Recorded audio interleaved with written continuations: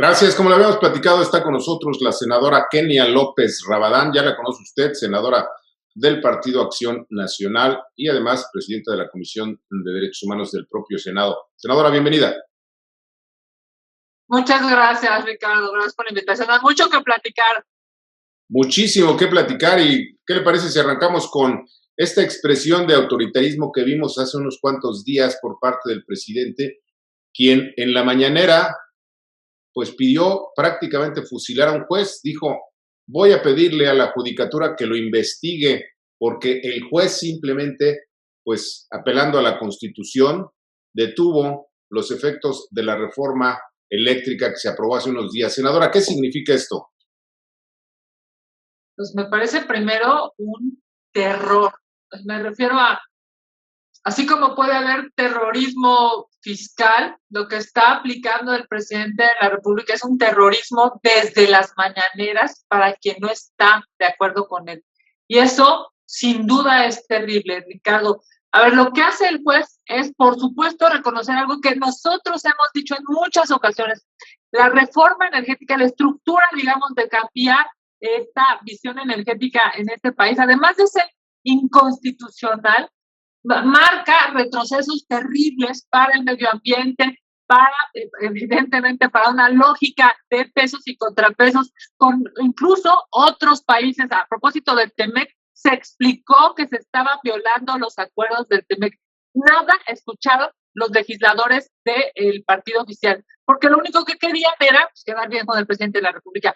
Ahora que se toman las decisiones del Poder Judicial, esta amenaza demuestra pues este sesgo autoritario que tiene el observador, porque fíjate nada más, lo hemos visto pues, ¿no? Hemos visto digamos, el reclamo de incluso partidos políticos, grupos parlamentarios, diciendo no puede haber un, digamos, los poderes se equilibran, o sea, no puede haber un presidente totalmente lleno de poder o un poder judicial totalmente lleno de poder o un poder legislativo, porque se equilibra. Para eso existe, por eso, digamos, para eso está el poder trifurcado, ¿no? Es justamente esa es la lógica, digamos, de que haya tres poderes. Uno solo no puede ni amedrentar ni, por supuesto, manipular a los otros dos.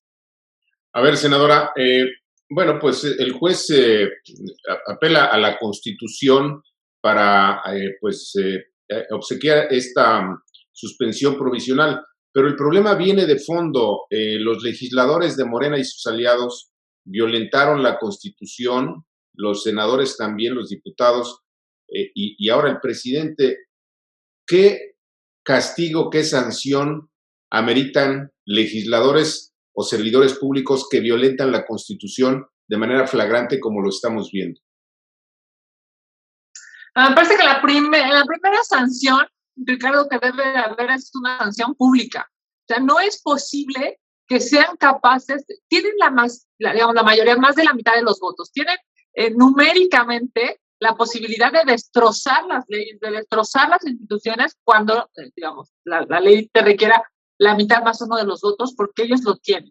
Hemos visto cuestiones increíbles, por ejemplo, lo que va a pasar en Nayarit, ¿no? Con tal de tener una nueva elección para no perder un senador, fueron capaces incluso de destrozar la ley. Yo estoy convencida que la primera sanción es una sanción pública. La gente está harta. Si hoy la gente no tiene, el 98% de la gente no tiene acceso a una vacuna, que es algo brutal, es algo inhumano, es algo que va en contra, digamos, de lo más preciado de las personas, que es su vida. Si eso no se, digamos, no se puede entender por el gobierno, pues la ciudadanía se lo tiene que hacer saber.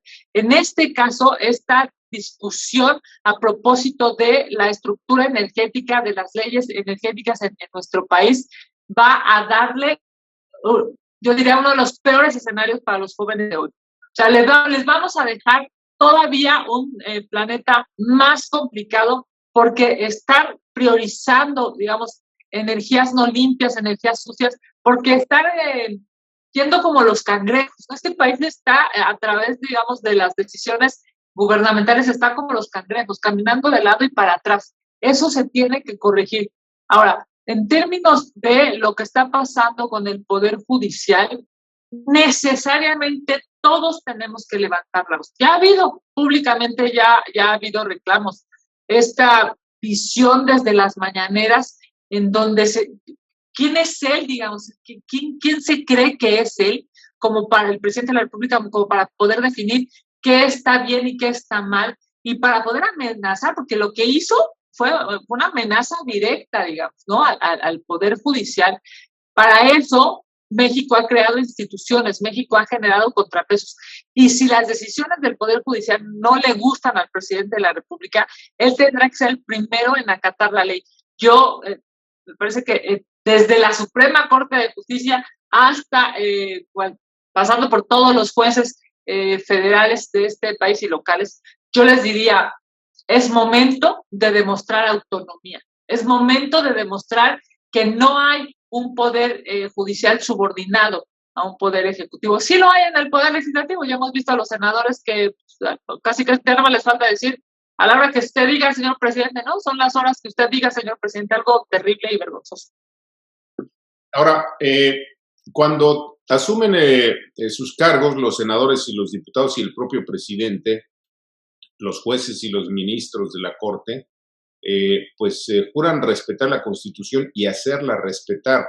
¿Qué sanción merece y a quién corresponde iniciar, por ejemplo, un juicio político contra todos estos que están violentando la Constitución, senadora? Sí, sin duda. Todo, a ver, el presidente de la República, los legisladores, el Poder Judicial, los organismos constitucionalmente autónomos, todos, incluso, ¿no? Porque es un mandato legal, tienen que jurar, cumplir y hacer cumplir la Constitución y las leyes que de ella emanen, ¿no? Bajo esta lógica, el argumento toral es que todos los servidores públicos, ¿quiénes son los servidores públicos? Los que cobran de los impuestos de los mexicanos. Quien tiene un sueldo de los impuestos de los mexicanos tiene que cumplir con el Estado de Derecho. Si no se cumple, por supuesto que hay varias sanciones. Hay amonestaciones públicas, inhabilitaciones, desafueros. Hay una gran cantidad, digamos, de sanciones dependiendo de cuál es el nivel de grado de no cumplimiento. Hoy estamos viendo, claro, que esas sanciones se ocupan políticamente para quien no le gusta el gobierno, ¿no? Para quienes le son incómodos a este gobierno, están más politizadas esas sanciones que, digamos, jurídicamente hechas. A mí me parece que todos los que hoy están en el poder tomando decisiones deben de saber que un día lo van a perder, que un día van a dejar de tener mayoría y que un día van a dejar de estar, digamos, quedando bien con el presidente de la República. Y en función de eso y de todo el catálogo de posibles sanciones que pueden tener, pues deberían de más bien estar pensando cómo sí hacer bien las cosas. Es claro que hoy, por ejemplo, cuando estamos hablando, digamos, en términos de desafuero, estamos hablando en términos político-electorales. Desafortunadamente no estamos hablando de gente que de verdad ha cometido algún delito, ha faltado a la verdad, no ha cumplido con, digamos, con este juramento de ley, y los que sí digamos, los que han irrumpido, han violentado la ley, pues están en su casa sentaditos y disfrutando, digamos, de los acuerdos con el gobierno. Yo te diría, es claro que hoy Morena tiene la mayoría en la Cámara de Diputados para poder definir si se inicia un proceso de desafuero o no. Es claro que en el Senado de la República tienen mayoría para hacer lo que hicieron con la reforma energética, con la ley energética, que es no moverle ni una coma, vamos, es increíble. El presidente manda una iniciativa preferente, o sea, ¿eso qué significa? Pues se amarra, digamos, se amarra las manos al poder legislativo porque lo tiene que resolver en el periodo de sesiones, así lo hicieron. No solamente le amarra las manos en tiempo, sino además se ve que les manda la orden de no se le mueve una coma, no cambian nada, ni corrigen nada, ni perfeccionan nada en diputados, menos en senadores. Y bueno, pues claramente hoy estamos viendo la necesidad, porque además se les advirtió, Ricardo, con esto concluyo, senadores de distintos grupos parlamentarios les dijeron cuando estaban haciendo digamos, su votación encargada, ¿no? Para la reforma energética, se les dijo, nos vemos en la Corte. Hoy el presidente de la República está sufriendo las consecuencias de esa iniciativa que presentó. Muy bien, si nos permite, senadora, vamos a una pausa. No se vaya, tenemos más.